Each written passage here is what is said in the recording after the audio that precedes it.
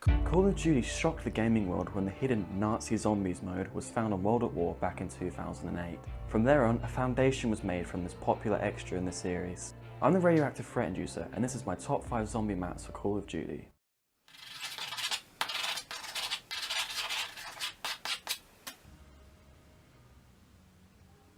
Moon was a map that definitely took its time me getting good at, but not nearly as quick as the map sucked me in through its take on zombie killing in space.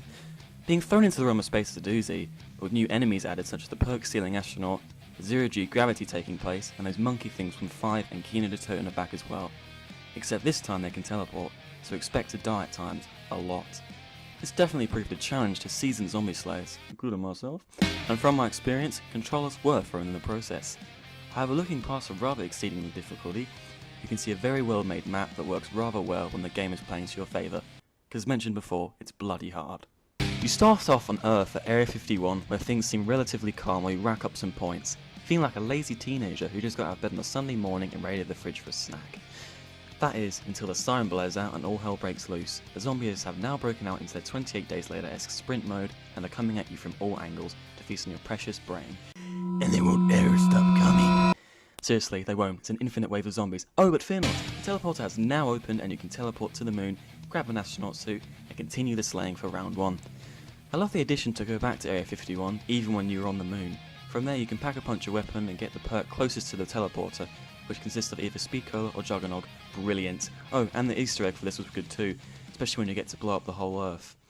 No, but seriously, you can go back and the whole place is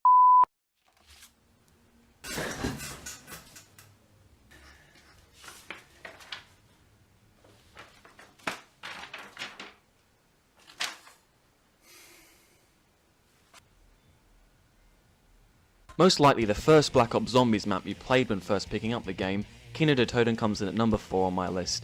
Being an eccentric fan of the World at War zombies, I was highly anticipating the arrival of this new zombie mode. However, I was not too impressed at the start by the new map, but I kept playing, and playing, and playing, until goddamn I really got hooked on this map. From there on, my traditional love of World at War zombies had moved on to Black Ops, with this epic map providing the daily zombie killing session I needed. The map structure was what I really liked: the Howling Cinema, the bright outside street, the dressing room, the tightly compressed corridors and backstage areas, all came together as the zombie fest that was fun for all of us. Not to mention the characters from World at War who are back again with their witty punchlines and puns. Marvellous. And what zombie map can be completed without having their secret song hidden within various objects in the environment, in this case being bits of rock.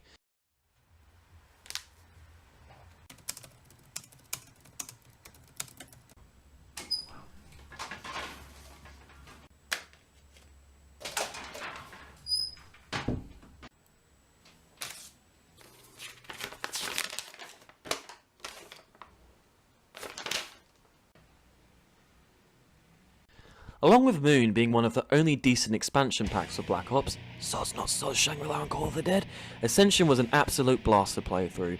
The madness ensues, except this time with little monkey rodents replacing the hellhounds seen frequently on other maps. This time they still appear every 5 or so rounds, but they try and steal your precious perks.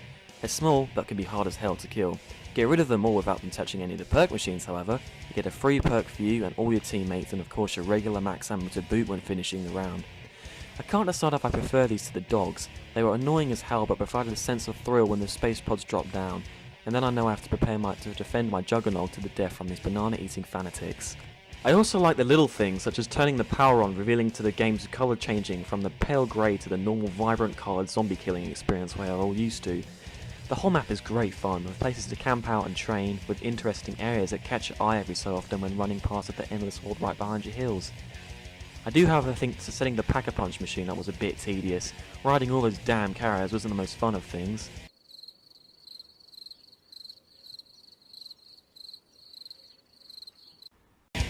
However, this map greatly surpasses any real flaws it has placed upon it, making it number 3 on my list.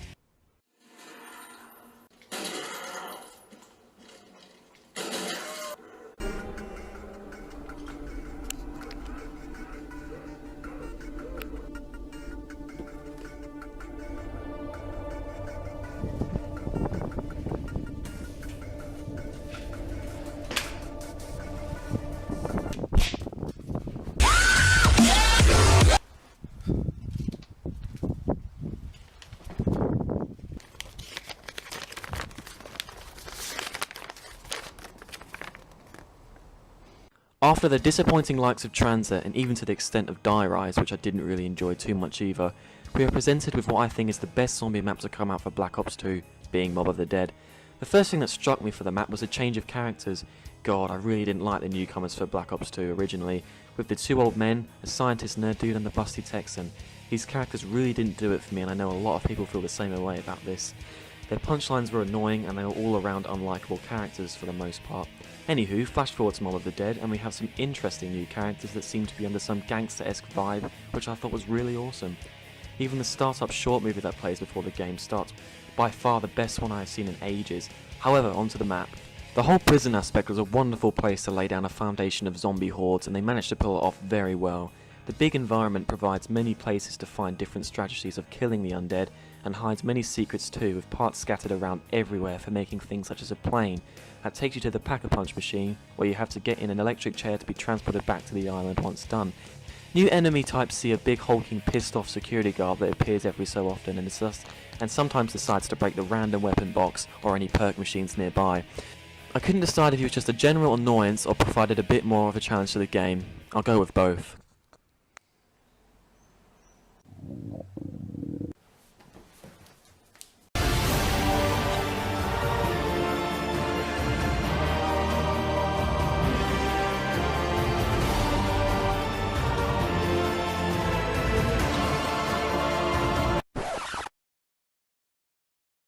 Ah, Derice. I guess a rather predictable number 1 spot, but goddamn, if you like zombies and you cannot admit you didn't enjoy playing this map, everything about this map is near perfect. The countless of times I've played through it, yet still continues to be my top played zombie map out of everything available from the zombies mode, really tells how great this map is.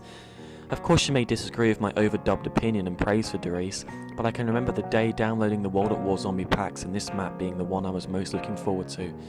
The environment is varied and awesome, the zombies are in classic form, and who can forget that that was the map that introduced the precious Pack-a-Punch machine that we all love and can't live without in a zombies experience. This map as well, I felt, really brought the sensation to finding the hidden radios and listening to the dialogue, unveiling different opinions of what the zombie story was about with Dr. Richtofen, Dr. Maxis and of course Samantha. This map was the next big step from previous maps and helped create a foundation for newer maps in my opinion. From Shinonuma, which I did enjoy and think is great, to coming to this map, there's really no comparison for which is the better map. I could keep going and going about how much I love this map, and bore all of you to death with my incoherent babbling like a fangirl who just went to their first My Chemical Romance concert. But I'll leave it there with Derice at number 1 spot for my top 5 zombie maps for Call of Duty. Thank you all so much for watching, and stay tuned for more top 5s and more top 10s. What? Fuck. What the hell is Origins 5 Dead Off Arcade? I'm warning you, Douglas. Do you remember what happened last time? Fine, god damn it! I'm out of here!